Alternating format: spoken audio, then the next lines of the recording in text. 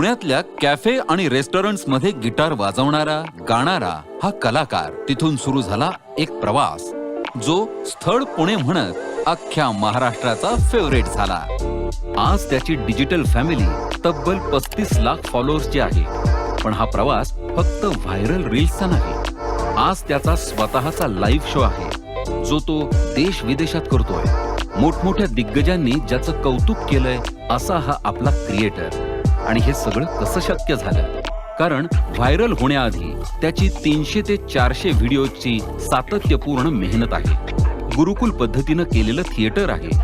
तो स्टार स्पोर्टवर क्रिकेटबद्दल सुद्धा बोलतो. असा हा ऑलराऊंडर क्रिएटर आहे. आज स्थळ अहिल्यानगर म्हणत अहिल्यानगर डिजिटल महाकुंभ मध्ये गप्पा मारण्यासाठी येत आहे digital creator and content writer Atharva Sudame. नमस्कार नमस्कार नमस्कार नमस्कार नमस्कार. कसे आहेत सगळे? कसे झाले सेशन आतापर्यंतचे? मजा येते? कसा चालू आहे आपला महाकुंभ?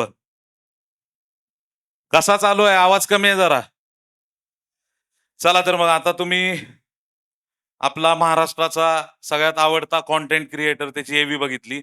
आपण जोरदार टाळ्यांच्या गजरात स्वागत करूया अथर्व सुदामे याचं. राम राम राम राम राम राम. नमस्कार. गणपतराव हो. अथर्व सुदामे असं म्हणलं मी. असं म्हणले का? तुम्ही कसं काय? ओ निक्की जिगर, नाही भारी आहे तुमची इंटरव्ह्यू घेण्याची स्टाईल. लिक्की जिगर म्हणून नाही आलो, संजय म्हणून आलोय. कार्यक्रम वेगळ्या दिशेला जाईल. काय म्हणले तुम्ही? अथर्व सुदामेंना पाठवा. तुम्ही कशाला आला? अहो सेशनची नका करू घाई, ते आहेत आपल्या नगरचे जावई. बर बर. सरले काय? आणि आमच्याकडे मानपान देण्याची प्रथा आहे. नाही दिला तर जावई रुसतो. कुठं आपल्या लेकराला सासूरवास मोकार. कोण देणार मानपान? मी देतो ना, गवतावनी पैसा आपल्याकडे, नाद नाही करायचा आपला. मग बोलवा की सुदामे. थांबा थांबा मॅडम, तुम्ही या पहिले. टावेल टोपी नारळ नगरची प्रथा आहे. नगर आणाय. चला टाळ्या. टावेल टोपी नारळ. आता बोलवा सुद्धा मेन्ना. जावई बापू या या. जोरदार टाळ्या अथर्वसाठी.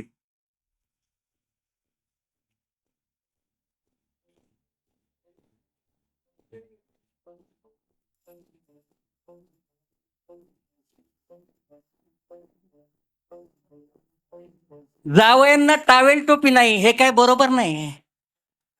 झालं की हा. आता. जावई बापू बरं. खुश ना आता? जाऊ का? ओके म्हणले. जावयाला तरच नका देऊ. काय केलं सांगा मला, येतो. धन्यवाद. तर मित्रांनो, आय लव्ह नगर प्रस्तुत अहिल्यानगर डिजिटल महाकुंभ 2025च्या या आपल्या पहिल्या पर्वामध्ये तुमच्या सगळ्यांचं जोरदार स्वागत आहे. आपल्यासोबत आहे अथर्व सुदामे. एकदा जोरदार टाळ्या झाल्या पाहिजेत अथर्वसाठी. अथर्व, आता एव्ही सगळ्यांनी पाहिली. म्हणजे एव्ही ही एक आता आमची एक औपचारिकता होती, पण रील्स सगळ्यांनी पाहिलेल्या आहेत तुझ्या. प्रत्येक कॉन्टेंट तुझा बघितलेला सगळी मंडळी इथं उपस्थित आहेत आता. सो कॉन्टेंट क्रिएशनचं म्हणजे मी स्वतः पण 2016-17 पासून या सगळ्या गोष्टी बघतोय. पण जो शॉर्ट फॉर्मॅट मधला जो गेम खऱ्या अर्थाने चेंज झाला आणि जर त्या चेंज मेकर असं जर कोणाला म्हटलं पाहिजे तर तो अथर्व इथं आपल्यासोबत आहे. मित्रांनो, हे जे सक्सेस आहे अथर्व, जे कॉन्टेंट क्रिएशन मधलं तू बऱ्यापैकी गेम चेंज केला, तर या सगळ्या सक्सेसला तू नंबर्स मध्ये, व्ह्यूज मध्ये काउंट करतो. या सक्सेसकडे बघताना याला नंबर्स मध्ये बघतो का याची काही वेगळी व्हॅल्यू आहे? पहिले तर नमस्कार सगळ्यांना. आणि जो इंटरव्ह्यू माझा घेतोय तो संजय, मीच त्याचा खूप मोठा फॅन आहे. त्यामुळे माझ्या आधीपासून तो करतोय सोशल मीडियावर आणि मीच त्याचा फॅन आहे. त्यामुळे मला आज आनंद होतोय. आणि सक्सेस असं नंबर्स किंवा ह्याच्यामध्ये नाही. मला असं वाटतं की जो आपण ब्रँड तयार करतो, की काहीतरी आपण जे तयार करतोय ते कुठल्या पद्धतीने पोचतंय ह्याच्यावर मला जास्ती भर द्यायला आवडतो. कारण का काय होतं की बरेच जणांना व्ह्यूज येतात आता 10 मिलियन व्ह्यूज येणं, 5 मिलियन व्ह्यूज येणं काही फार अवघड राहिलेलं नाहीये. पण त्याच्यातनं तुम्ही काय दाखवताय, ते सादरीकरण काय केलंय आणि ते कुठल्या पद्धतीने पोहोचलंय आणि लोकांनी कुठल्या पद्धतीने घेतलंय, की तुमची एक इमेज कशी तयार होतीये, त्याच्यावर बऱ्याच गोष्टी अवलंबून असतात. पुढे जाऊन ब्रँड तुम्हाला कुठला येतोय किंवा बऱ्याच गोष्टी असतात. त्यामुळे मला वाटतं, की आपण कुठल्या पद्धतीने ते लोकांसमोर मांडतोय ह्याच्यावर जास्ती माझा भर असतो व्ह्यूजपेक्षा. पण मग यशस्वी कंटेंट क्रिएटर हे हे हे प्रमाण कधी मानावं? काय म्हटलं म्हणजे आपण म्हणू शकतो, की हो, मी यशस्वी कंटेंट क्रिएटर आहे? माहीत नाही अजून, मी तर झालेलो नाहीये. त्यामुळे हे यशस्वी किती जणांना वाटतंय अथर्व यशस्वी झालेला नाही असं त्याचं विधान आहे. नाही, नाही. तसं नाही. पण मला वाटतं, की असं कुठलं लेबल नाहीये त्याला, की एवढे फॉलोअर झाले किंवा एवढे व्ह्यूज आले म्हणजे तुम्ही यशस्वी आहात. मला वाटतं, की ते एक रोजचंच एक प्रोसेस आहे, की तुम्ही ते करत राहणं आणि जर तुम्हाला त्याच्यात मजा येत असेल, तर मला वाटत नाही, की आपलं त्या गोष्टीकडे लक्ष पण जाईल, की आता हो, आता आपण थोडं यशस्वी झालोय किंवा आपल्याला काहीतरी सक्सेस मिळालाय. ठीक आहे, आपल्याला आवडतंय, आपण करतोय आणि लोकांना आवडायला लागलं, की आपल्याला कळतं, की बाबा लोकही ते चांगल्या पद्धतीने घेत आहेत. त्यामुळे मला वाटतं, की जर आवडत असेल तर ते करत राहावं. मित्रांनो, एक प्रश्न अथर्वच्या सोबत मी सगळ्यांसाठी म्हणजे कन्व्हर्सेशन असं टू वे ठेवूया आपण. सगळ्यात जास्त आवडलेला डायलॉग कोणता आहे तुमचा सुदामेंच्या रील मधला? जरा जोरदार सांगा. कुठला? ओके. सुदामे, डायलॉग तुम्ही बघताय, सगळ्यांना माहिती आहे. महाराष्ट्रात नाही, जगात जिथं जिथं कुठं मराठी माणूस आहे, त्या प्रत्येकाला तुमच्या रील मधले सगळे डायलॉग्स माहिती आहेत. जेव्हा केव्हा कॉन्टेंट क्रिएट करण्याचा विचार येतो, त्यावेळी सगळ्यात पहिल्यांदा डोक्यात आयडिया येते का ऑडियन्स येतो? पहिल्यांदा डोक्यात आयडियाच येते. कारण का ऑडियन्स जर डोक्यात धरलं तर मग आपण वेगळ्या पद्धतीने जाऊ. कारण का आता ऑडियन्सला बरंच काही आवडतं. तर आपण मी तर ते देऊ शकत नाही जेवढं त्यांना ते वेगळ्या-वेगळ्या पद्धतीचं आवडतं. त्यामुळे पहिल्यांदा डोक्यात आयडियाच येते आणि मला वाटतं की जर ते आपण जर ठरवलं की आपल्याला ही आयडिया मांडायची आणि आपण ते प्रामाणिकपणे केलं तर ते पोहोचतंच. आणि मला वाटतं प्रत्येक आयडियासाठी आता ऑडियन्स आहे. एवढं ऑडियन्स आहे सोशल मीडियावर. त्यामुळे मला वाटत नाही की कुठली आयडिया आपण मांडली तर ती चांगली असेल तर त्याला व्ह्यूअरशिप नसेल असं मला वाटत नाही. त्यामुळे आपण जर चांगलं मांडलं तर ते कुठला ना कुठला ऑडियन्स तो कॅच करेलच. कॉन्टेंट बनवताना आता दोन शब्द खूप जास्त अलीकडं चर्चेत आहेत. एक तर अल्गोरिदम हा शब्द आता सगळ्यांना जगाच्या कानाकोपऱ्यात, खेड्यापाड्यात सगळीकडे माहिती झालाय. अल्गोरिदम म्हणजे जिथं पाणी पण नाही पोचलं तिथं अल्गोरिदम हा शब्द आतापर्यंत पोहोचलाय. लाईट नाही पोचली तरी अल्गोरिदम शब्द आपल्याकडे माहिती आहे. आणि दुसरी एक महत्वाची गोष्ट अशी आहे, की सगळ्यांचं म्हणणं आहे, की रिलेटेबल हा एक शब्द आता सगळ्यांना खूप कॉमन झालाय. म्हणजे आपल्या जवळच्या रिलेटिव्ह सोबत कोणाचं कसं आहे हे माहित नाही. पण रिलेटेबल शब्द मात्र सगळ्याला एकदम चांगला माहिती आहे. या सगळ्या बदलत्या काळामध्ये कंटेंटचा जो फ्लड असा सगळा आलाय. या सगळ्या कंटेंटच्या गर्दीमध्ये सेम टाईम हे जे रिलेटेबल राहणं आहे आणि अल्गोरिदमशी मिळतं-जुळतं राहून त्या गेममध्ये टिकून राहणं आहे. यामागचं नेमकं काय कष्ट आहे किंवा ही प्रोसेस नेमकी कशी असते? हे जरा ऐकायला आवडेल सगळ्यांना. नाही मी मगाशी म्हणलं तसंच, की तुम्ही ह्या सगळ्या गोष्टींवर लक्ष दिलं ना, तर जे मेन आहे म्हणजे मेन काय आहे, की बाबा तुम्ही काहीतरी चांगली आयडिया घेऊन ते कॅमेरासमोर मांडणं, ते चांगल्या पद्धतीने शूट करणं हीच मेन गोष्ट आहे. मला असं वाटतं, की जर तुम्ही एखादी व्हिडिओ तुमची चांगली असेल, तर बरेच जण म्हणतात, की तुमचं टायमिंग काय आहे टाकण्याचं? किती वाजता टाकणार? 11 वाजता टाकणार, संध्याकाळी 6 वाजता टाकणार. तर मला वाटतं, की जर ती व्हिडिओ चांगली असेल, तर तुम्ही रात्री 12 वाजता टाकली तरी जाते.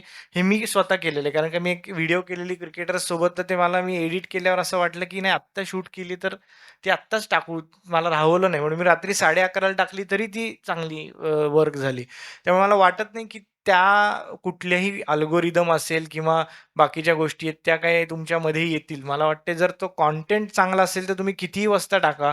मला एकदा सारंग साठे म्हटलेलं, की कंटेंट चांगला असेल तर त्याला टायटल जरी नाही ना दिलं, तुझं नाव जरी टाकलं नाही तरी तो लोकांपर्यंत पोहोचेल आणि तुझं नाव लोकांना कळेल. त्यामुळे ते सगळा गेम तो कंटेंटचाच आहे, की तुम्ही काय मांडताय आणि कशा पद्धतीने मांडताय. त्यामुळे हे सगळं रिलेटेबल कंटेंट म्हणजे काय? आपण रिलेटेबलच मांडतोय प्रत्येक माणूस. जे त्यांनी बघितलंय तेच मांडतोय. त्यामुळे तो प्रत्येकाला रिलेटेबल असतोच.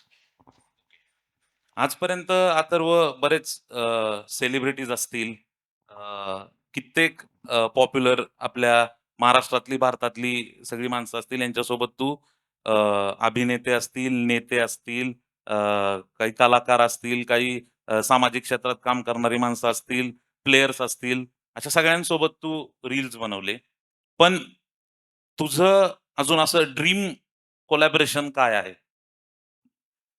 ड्रीम कोलॅबोरेशन माझं तर सचिन तेंडुलकर सरांसोबत जर काही रील करायला मिळाली तर तेच आहे, किंवा धोनीसोबत, की जे कधीच कुठे दिसत नाहीत आपल्याला पटकन. या लोकांसोबत मिळालं तर चांगलंच आहे, आणि अजून जर बढाया मारायच्या असतील तर मग अमिताभ बच्चन. तुझे हे ड्रीम 1000% पूर्ण हो यासाठी सगळ्यांच्या शुभेच्छा असतील आमच्या सगळ्यांच्या. अथर्व, एक आता या चर्चा आपण करणार आहोत, पण एक अत्यंत महत्वाचा एक प्रश्न विचारतो, जिथून बऱ्यापैकी म्हणतो ना आपण टर्निंग पॉइंट जो आहे, तो तुझ्या पण जर्नीतला असावा असं आम्हाला सगळ्यांना वाटतं. तू कंटेंट बनवत होता, रील्स टाकत होता, फॉलोअर्स वाढत होते, लोक तुला बघत होते, व्ह्यूज येत होते. पण या सगळ्याच्या मध्ये एक महत्वाचा कार्यक्रम झाला, तो म्हणजे राजसाहेबांचा मेळावा. जर तो राज ठाकरेंचा मेळावा झालाच नसता, तर अथर्व सुदामे ही गोष्ट आज काय असतं? काय वाटतं तुला? तेच म्हणलं, एवढ्या वेळा एवढं नीट कसं काय बोलतोय माझ्याशी. चिमटा काढलाच त्यांनी.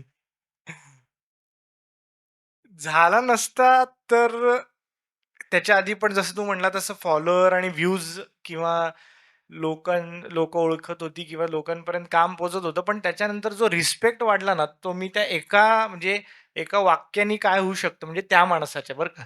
त्या माणसाच्या एका वाक्याने काय होऊ शकतं मी त्या दिवशी पाहिलं. कारण का ते सगळं झालं वगैरे, आणि मला अंदाज पण नव्हता, की असं काही, किंवा त्यांना मी माहिती आहे वगैरे. त्यामुळे ते असं रँडम खूप मोठं ऑडिटोरियम होतं, आणि त्यांचं कार्यकर्ते होते, बाकीचे सगळे फिल्म इंडस्ट्रीमधले रील वगैरे करणारे लोकं होते, आणि अचानक ते बोलले हे.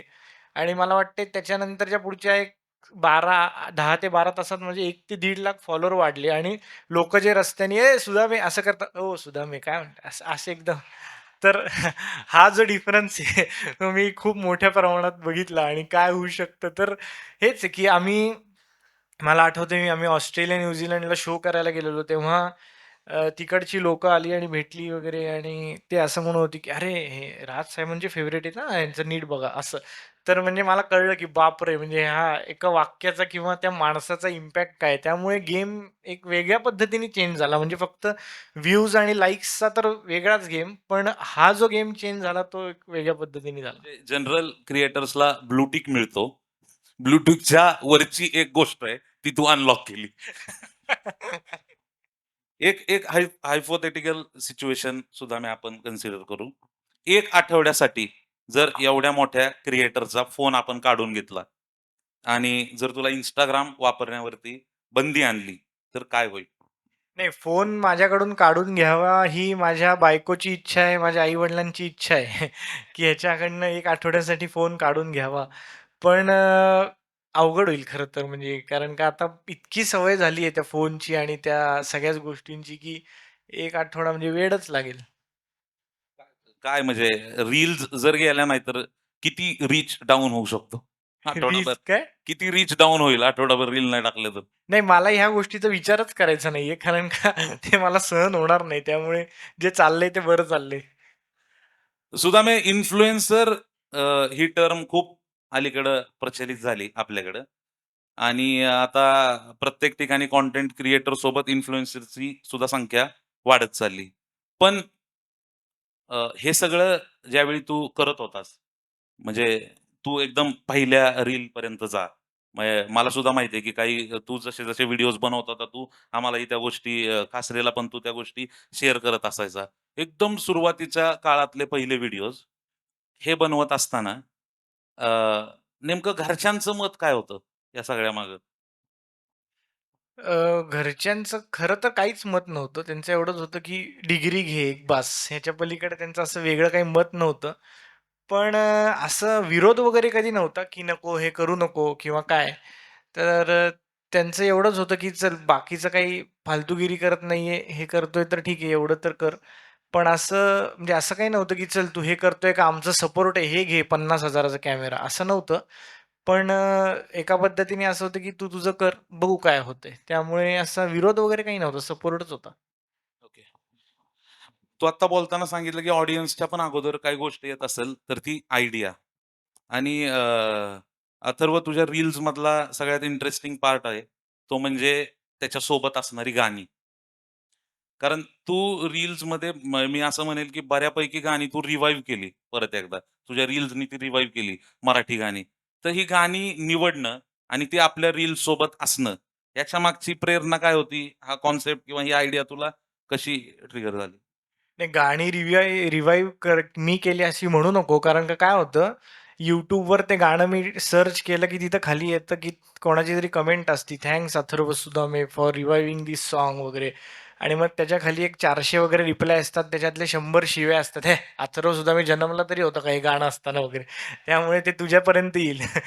पण असं ते खरं सांगू का ह्याच्यामागे काहीच थॉट नव्हता. माझं एवढंच होतं, की ही गाणी आपल्याला माहिती आहेत. मराठीच रील करतोय, तर एंडला मराठीच गाणं टाकू. एवढंच त्याच्या मागचं कारण होतं. आणि ती इतकी सुंदर गाणी आहेत, की मला असं वाटतं, की भरपूर वेळेला लोकांना असं होतं, की चल रील नाही आवडली, पण मला गाणं तर आवडलं. काहीतरी तरी बरं केलं या माणसाने, की बाबा एवढी तरी डोकं वापरलं, की चांगलं गाणं लावू. त्यामुळे मला वाटते, की ते वर्क झालं. पण ते ह्याच्यामुळे झालं कारण का मी लहानपणापासून ती गाणी ऐकतोय. म्हणजे आपल्या सगळ्यांच्याच ती कानावर गाणी आहेत आणि ज्यांच्या नसतील त्यांच्या त्या रीलच्या माध्यमातून पडली असतील मला वाटते. विषय आता कमेंट सेक्शन पर्यंत आलेला आहे, की लोकं कमेंटमध्ये काय-काय म्हणतात हे तू स्वतः सांगितलं. हं. तर त्याच मुद्द्याकडं मी येतो. आता ही चर्चा तू स्वतः ऐकलीये, त्याचा तू साक्षीदार आहेस का नाही माहीत नाही. पण जी चर्चा जनरल चालू असते, सुदामेचा रील म्हणल्यानंतर, ती चर्चा अशी असते, की काय तो काय रील बनवतो, WhatsAppवरचे जोक तर टाकतो. इकडचे-तिकडचे जोक घेतो, त्याला बॅकग्राऊंडला काहीतरी टाकतो, उगाच स्माईल देतो. ह्याला काय रील म्हणतात का? अशा प्रकारच्या सगळ्या कमेंट्स ऐकल्यानंतर, या चर्चा ऐकल्यानंतर मिस्टर सुदामेंची प्रतिक्रिया याच्यावर काय? नाही, मी एवढंच सांगेन, की तुमच्याकडे पण WhatsApp आहे. तुम्ही पण करा, तुम्ही पण टाका एवढंच. ह्याच्या पलीकडे काय? तुम्ही पण करा, सुदामेंना सुद्धा करू द्या. इथून पुढे ही चर्चा करू नका. अथर्व काय वाटतंय मराठी कंटेंट आपल्या सगळ्या कंटेंट क्रिएशनच्या वर्ल्डमधला अंडररेटेड क्रिएटर कोण वाटतंय? मला तर हाच वाटतो बाबा. कारण काय मी काय बोललो होतो तुम्हाला? मी म्हणलं हा माझ्याकडेच बोट करणार आहे. कारण काय ह्याचं ते थेट भेटणार आहे.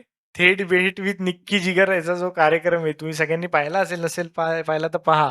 खास रे टीव्हीवर. तो इतका भारी आहे, मी अजूनही बघून तो हसत असतो. त्यामुळे मला तर हाच वाटतो. स्थळ पुणे हा जो कॉन्सेप्ट आहे आणि आता गणपतरावांनी सांगितलं, की तू अ, नगरचा जावई पण आहे. सो स्थळ पुण्यावरून स्थळ अहिल्यानगरकडे कशी काय गाडी वळाली? नाही, गाडी त्यांची अहिल्यानगरवरून पुण्याकडे वळालेली. ते पुण्याला शिकत होते. त्यामुळे आमची गाडी तिथल्या तिथंच जुळली आहे. बिग बॉसमध्ये जायला आवडेल का? नाही, नाही. का रे? का? नाही, मला वाटत नाही मी असं भांडणं वगैरे करू शकीन किंवा कोणाला काही बोलू शकीन, मला वाटत नाही. क्रिकेट, कंटेंट की म्युझिक? नाही, क्रिकेट आणि म्युझिकचं कंटेंट करायला जास्ती वाह, आवडतं. वाह, वाह, वाह, वाह! टाळ्या, जोरदार टाळ्या झाल्या पाहिजेत. अथर्व तू रील्स केल्या, तू म्युझिक मधलं सुद्धा तुझं काम खूप उत्तम आहे. आता तू लाईव्ह शोज सुद्धा करतोय. त्याला सुद्धा जबरदस्त रिस्पॉन्स सगळीकडून येतोय. तू अलीकडे आता चित्रपटांमध्ये सुद्धा दिसायला लागलाय. हा खूप महत्वाचा प्रश्न मला सुद्धा वाटतो. चित्रपटासाठी लागणारा अभिनय आणि रील्स मधला अभिनय, याच्यामधला नेमका फरक तुला काय जाणवतो? जरी मी चित्रपटात दिसलो असेन, तरी मला वाटत नाही कोणी मला बघितलं असेल अजून चित्रपटात. कारण का ते चित्रपट येऊन 3 तासात गेलेलेत. त्यामुळे मला माहीत नाही ते किती जणांनी पाहिले. पण त्याच्यात काम करण्याचा तरी एक्सपिरियन्स मला मिळाला. पण असं वेगळा अभिनय काय आहे रीलचं जे एक पॅटर्न आहे किंवा त्याचा जो रिदम आहे ना, तो मला वाटतंय फक्त रील जे करतात त्यांनाच कळलेला आहे. म्हणजे हे काही मी खूप शहाणपणाने सांगत नाहीये. पण जेव्हा आम्ही कोणी ॲक्टरसोबत करतो, तेव्हा खूप कमी ॲक्टर असतात, की त्यांना तो रिदम माहिती असतो. कारण का फिल्ममध्ये किंवा नाटकात थोडा पाल्हाळ असतो, की निवांत बोलतोय, पॉज घेऊन बोलतोय वगैरे. इथं पॉज घेतला, की तुम्ही स्क्रोल होणार आहे. त्यामुळे ते इतकं एंगेजिंग पाहिजे, की फक्त एक, एक, एक, एक, एक, एक पंच आला पाहिजे. तर तो एक रीलचा फॉर्मॅट वेगळा आहे, की तुम्हाला 1.5 मिनिटात इतक्या फास्ट सगळं सांगायचंय. तर ते एक आहे आणि फिल्मचं असं आहे, की तुम्ही तुमचा दाखवू शकता अभिनय, की माझा आता डोळ्यातले भाव बघ तू फक्त आता. मी डोळे कसे भुवई कशी उडवतो हे पण तू दाखवू शकतो. इथे तुम्हाला तो चान्स नाहीये. तू काही कर, चल जोक मार, बाहेर हो. अशा टाईपचं आहे ते. त्यामुळे मला वाटतं, की तो एक मोठा डिफरन्स आहे, की फिल्ममध्ये तुम्हाला भरपूर वेळ आहे. तुम्ही तुमचं टॅलेंट शोकेस करू शकता, की माझ्याकडे हे आहे, मी हे दाखवू शकतो. पण रीलमध्ये ते फार नाही करू शकत. यालाच पुढं कंटिन्यू असं करतो, की हा जो व्हर्टिकल फॉर्मॅट आहे, ज्याचा खूप अनुभव तुला आहे, त्याच्यामधलं सगळं काम तू करतोय. व्हर्टिकल फॉर्मॅटमध्ये काम करणं आणि आता हॉरिझॉन्टल फॉर्मॅटमध्ये जो ट्रेडिशनल आपला फॉर्मॅट आहे, जे की YouTubeवरती शोज बनवणं. या दोन्हीमधले चॅलेंजेस काय आहेत? म्हणजे व्हर्टिकल टू हॉरिझॉन्टल येत असताना? कारण बऱ्यापैकी बसलेल्या लोकांमध्ये प्रत्येकजण कंटेंट क्रिएटर आहे, ॲस्पायरिंग कंटेंट क्रिएटर आहे. जे आज उभे व्हिडिओ बनवतायत त्या प्रत्येकाचं ड्रीम असतं, की मला कधीतरी आपला एक शो तयार करायचा आहे, काहीतरी सीरीज तयार करायची. तर त्यावेळी नेमके चॅलेंजेस काय येतायत? कारण तू स्वतःचा शो सुद्धा तुझा YouTubeवरती आलेला आहे. त्याला सुद्धा तगडा रिस्पॉन्स आहे. YouTubeचा म्हणजे YouTubeचा चॅलेंज हा आहे, की तुम्ही Instaवरचा जो कंटेंट आहे, तुम्ही फोनवर शूट करून, तो एडिट करून तुम्ही पोस्ट करू शकता. पण जेव्हा तुम्ही मोठ्या स्केलवर आडवा कंटेंट करता, तेव्हा तुम्हाला खूप गोष्टींचं नॉलेज पाहिजे, की बाबा तुम्हाला डिरेक्शन कसं लागणार आहे, तुमचा डी-ओ-पी कोण आहे किंवा कॅमेरा कुठला लागणार आहे. ह्या खूप गोष्टींचं तुम्हाला तुमचा सेटअप काय आहे. त्यामुळे मला वाटतं, की जे रील करून तिकडं जातात ना, त्यांचा तो थोडासा एक प्रॉब्लेम येतो कधी-कधी. मलाही आला सुरुवातीला. म्हणजे ते सोपं नाहीये कळायला, की तुम्ही कशा पद्धतीने ते पोर्ट्रे करणार आहे. कारण का जे रीलमध्ये दाखवताय तेच जर तुम्ही तिकडे YouTubeला दाखवायला गेला, तर YouTubeचा कंप्लीट ऑडियन्स वेगळाच आहे. त्यांना तो पाल्हाळ हवाय. म्हणजे जरा थोडं हळू त्यांना हवंय. पण Instaवर तसं उलटं असतं, फास्ट असतं. त्यामुळे मला वाटतं, की YouTubeवर जो जातो त्याने थोडासा अभ्यास करूनच आधी जावं. म्हणजे तो तुझ्याकडनं पण शिकू शकतो YouTubeवर कसं जायचं ते. आत्तापर्यंत जे काही आम्ही तुझे वहिनींसोबतचे, बायकोसोबतचे रील्स बघितले, ते सगळे काल्पनिक आहेत का खरे घडलेले प्रसंग आहेत? हे बघा, मी आधीच म्हटलं, की तुमच्या आजूबाजूला जे चाललेलं असतं त्याच्यातनंच आपण टिपतो. हे तर माझ्या घरातच चाललेलं असतं. तेच मी फक्त कॅमेऱ्यात दाखवतो. वेगळं काही नाही करत. त्यामुळे बऱ्याचशा गोष्टी या घडलेल्या सगळे ऑब्झर्वेशन्स आहेत. हो.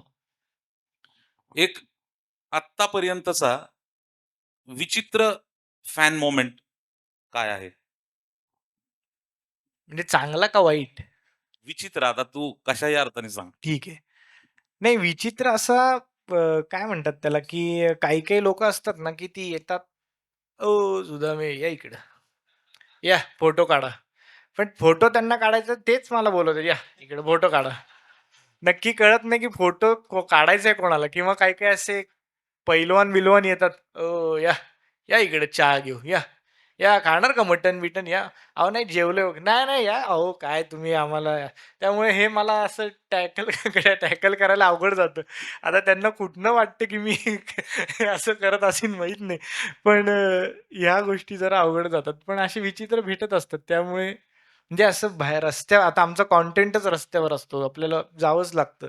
तर तिथं फार वेडी-वाकडी लोकं भेटतात, की एकदा एक लेडीज भेटल्या होत्या, तर त्या म्हणल्या, "काय मस्त आम्ही रोज रात्री तुमचंच बघतो."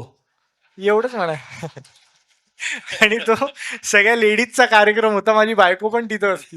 तुमचं बघितल्याशिवाय आम्ही झोपतच नाही. तर आता ह्याच्यावर रिएक्ट काय करणार आपण? मी आपलं हो, हो. अहो ताई ठीक आहे, ठीक आहे. एवढंच करत होतो. पण त्या काही थांबत नव्हत्या. बरं त्यांचा नवराही शेजारी होता. त्याचा चेहरा पडताना मी बघत होतो. पण आता करणार काय? त्यामुळे असं आणि ते इतक्या मोठ्यांनी बोलत होत्या. सगळ्या आजूबाजूला लेडीज होत्या. त्यामुळे मला कळलं नाही आता आपण याच्यावर रिएक्ट काय व्हायचं? तर असं भेटल्यावर जरा घाबरायला होतं. आणि इंटरनॅशनल दौरे तुझे भरपूर झाले. तिकडचा एखादा अनुभव सांग. नाही इंटरनॅशनल दौरे आमचे झाले ते फारच सुंदर होते. कारण का तिथल्या लोकांना फार मराठी कलाकृती अशा एवढ्या सहजासहजी बघायला मिळत नाहीत आणि त्यांना आम्ही जेव्हा म्हणजे कोणी जातं तेव्हा त्यांना इतकं हे असतं की यांच्यासाठी आपण काय करू आणि काय नाही. त्यामुळे आम्ही जिथं तेव्हा तिकडे गेलेलो तेव्हा आमचा जो लाईव्ह शो आहे, तर त्याच्यात बऱ्यापैकी आम्ही त्यांची पण थोडंसं एक पार्ट आहे की जे तिथं आम्ही त्यांचा एक फील मांडलेला आहे.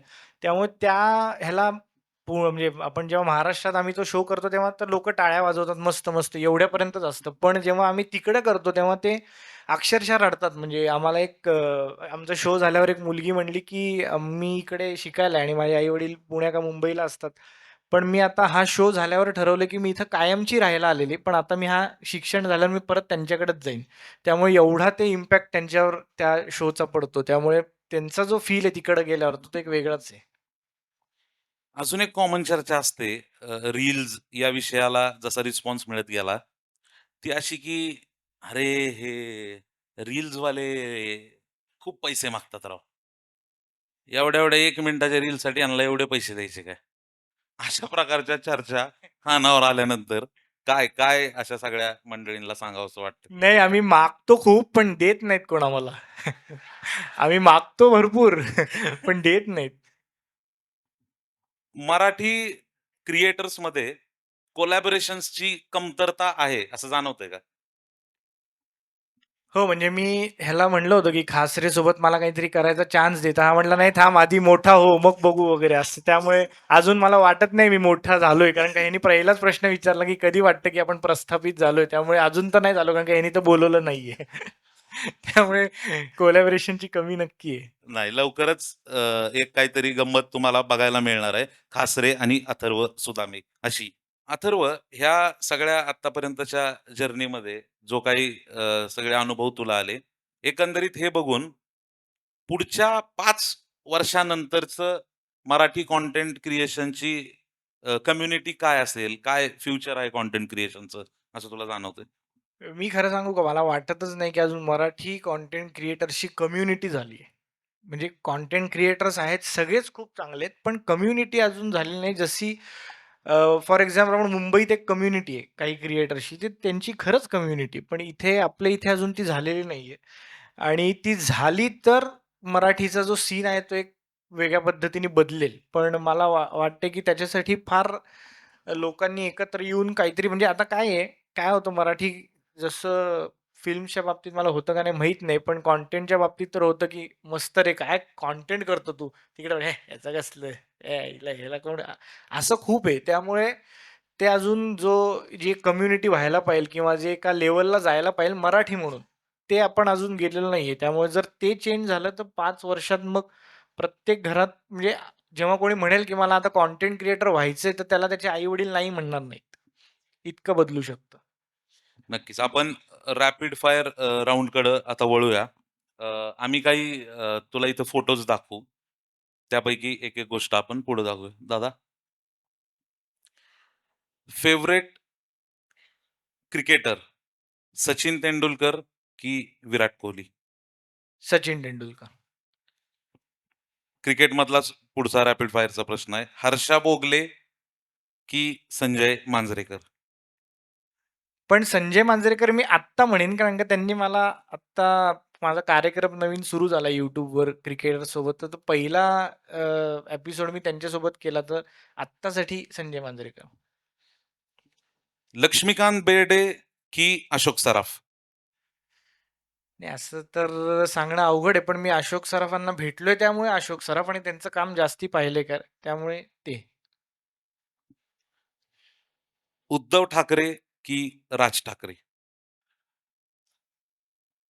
तुमची इच्छा आहे ना, की मी नीट पुण्याला जावं, परत मला रील्स करायला मिळाव्यात. आहे, आहे. सगळ्यांची इच्छा आहे. तू व्यवस्थित असंच सगळ्यांना एंटरटेन करत मी राहावं. पॉलिटिशियन्सकडनं बऱ्यापैकी काही शिकतो. त्यामुळे हाच प्रश्न एकदा शरद पवार सरांना पण विचारला होता. त्यांनी सांगितलं होतं, ठाकरे कुटुंब. तेच माझं उत्तर आहे. क्या बात आहे. सगळ्या महाराष्ट्राला आता तेच वाटतंय, ठाकरे कुटुंब. फेव्हरेट रील पार्टनर कोण? वहिनी की पवन दादा? कसं आहे मला रील्स पण करायचे आहेत आणि मला घरी पण जायचंय त्यामुळे पण आता इथे पवन नाहीये आणि मला वाटत नाही हे त्याच्यापर्यंत पोहोचेल. पण पोहोचलं तर मी त्याच्याशी बोलून घेईन. त्यामुळे आत्तासाठी नगरमध्ये आल्यावर तरी मला बायकोचंच नाव घ्यावं लागेल. आणि रॅपिड फायर मधला शेवटचा प्रश्न. स्थळ पुणे की स्थळ अहिल्यानगर? आत्ता स्थळ अहिल्यानगर, तिकडे गेल्यावर स्थळ पुणे.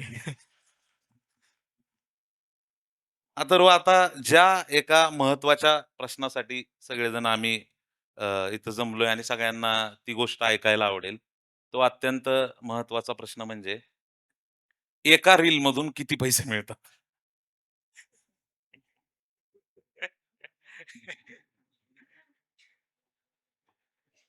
काय तुमचं लग्न होऊ शकतं.